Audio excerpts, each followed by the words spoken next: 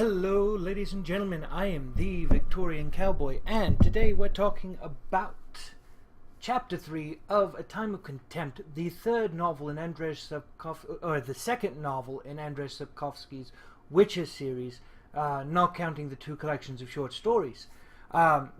We aren't talking about the full of Chapter 3 yet. We've got about 25 pages left in it, but just with everything going on, I've got a play that goes into production in 2 weeks, so the week after the American Thanksgiving and whatnot. Things are a bit hectic, but I managed to read it, and I'm enjoying this chapter. This chapter revolves around Geralt and Yennefer at the Sorcerer's Banquet, which, as we're watching this, isn't so much of a banquet as it is a collection of people getting together and talking to each other.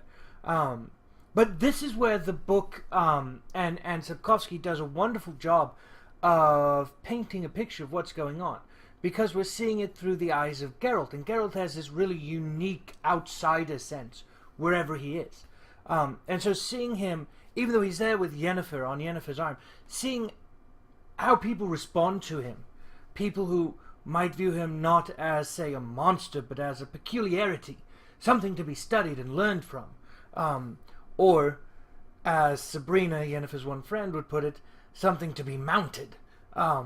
There's definitely some interesting, interpersonal conflicts between the sorcerers, and we saw that last book as well, with Tissaria and the three of them on the High Council having their meeting about the coming war.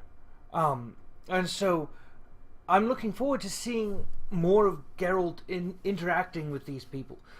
He's interacting with Dijkstra, who's there with Philippa Eilhart.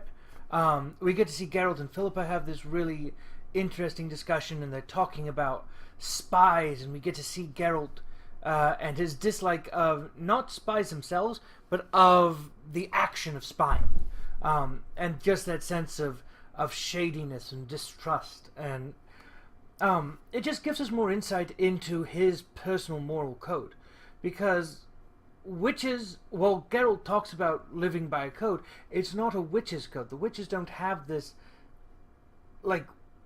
conviction, this booklet of, alright, here's what you do and here's what you don't do. It's more of an individual predisposition. And especially since in the beginning we learned that there aren't a whole lot of new witches being created due to the fact that there was a push by a religious group that actually got many of them murdered as they slept. But just seeing Geralt interact in this social instance when he's usually so often seen assaulting, attacking, fighting these monsters, and seeing his witticisms come through, because I think what we end up losing, especially when he's the companion of Dandelion, who is so much more wittier, and that's all he has. So Dandelion's wit is his rapier, whereas Geralt has his two blades. Not to mention his silver-studded gauntlets and his daggers and whatnot. But Geralt also has a really good wit that just gets overshadowed by Dandelion when Dandelion's around, and can give it to the best of them, which I think is really cool.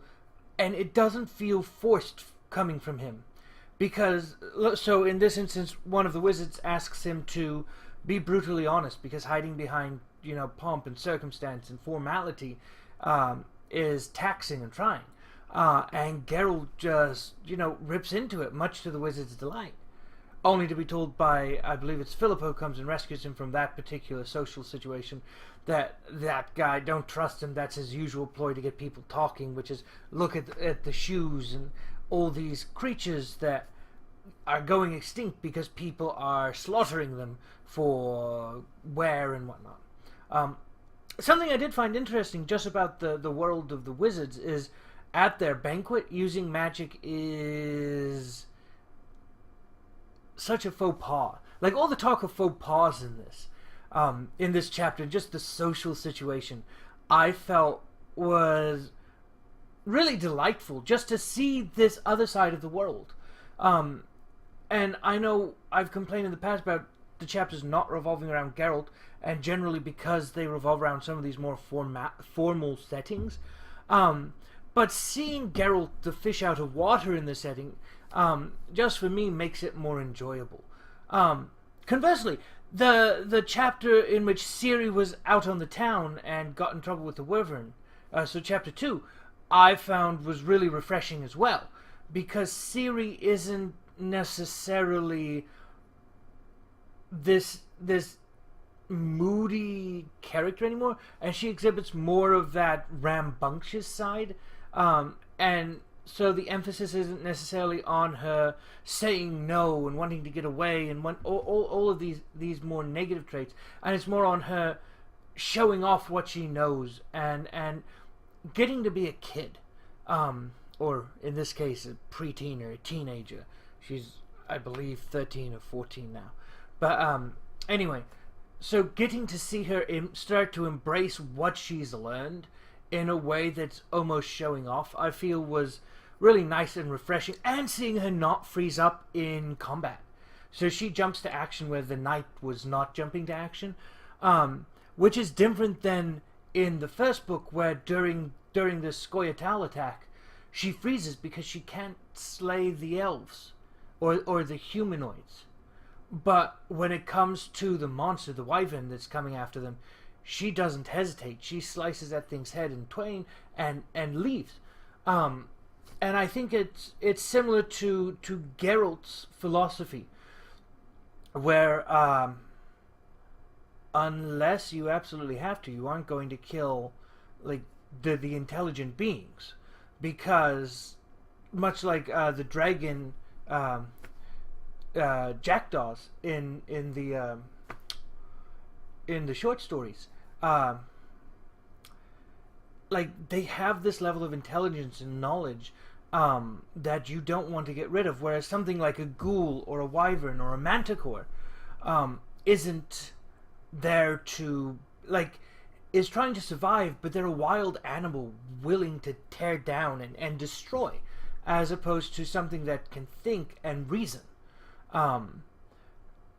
And the only reason ghouls and whatnot end up near human villages is because in wars you leave rotting corpses everywhere, and it just attracts these atrocities. So in my head, some of these monsters the Witcher fights aren't necessarily monsters just for the sake of monsters. They're actually reflections on the, if you'll allow me to use the phrase, the ghoulish nature of human beings and the unkindness and just the cruelty of humans. And like sometimes the vanity or the greed or things like that of humans. And looking at just some of the cloak and dagger work going on with the wizards, I think we can see that Geralt has a distaste for it, because those are the things that he despises, because those are the things that lead to the creatures he ends up having to fight. And so, all in all, I think this is a really cool insight into his thinking, and just being able to follow him along. And the key piece, I think one of the most important things in this chapter so far, comes up with Geralt actually says, "I love you" to Yennefer. And Yennefer says, "I love you" back. And there's this whole piece about it's the first time he's ever said that to her. And the key word is said. She's read his mind before and known he's felt it, but until he said it out loud, she hasn't been able to repay the sentiment, just due to like stubbornness and the idea of intrusive or being intrusive into his thoughts. So I think that's a really interesting and telling point in their relationship, which for me, everything I've read in the short stories and whatnot, I really like Yennefer and Geralt, and I feel like they balance each other out while bringing out the passion in each other. And so that's why Yennefer and Triss having their little spat over him is really interesting to see, even though it's never like fleshed out in great detail in the books, at least thus far. We know that Triss had put a spell on him and gotten him into bed, but I feel like there's definitely a lot more to look forward to. And so with that, I look forward to finishing this chapter and talking more about it. If you have any thoughts on this conclave of wizards, and this little banquet that's not really a banquet, or Geralt and Yennefer's relationship, please feel free to mention it in the comments. I'll get back to you as quickly as possible. I love having those discussions. And as always, ladies and gentlemen, have a good one. Well, ladies and gentlemen, this is the end of our video. We do hope you've enjoyed it. If you have, give us a like, comment, subscribe. Let us know what you thought, and as always, have a good one.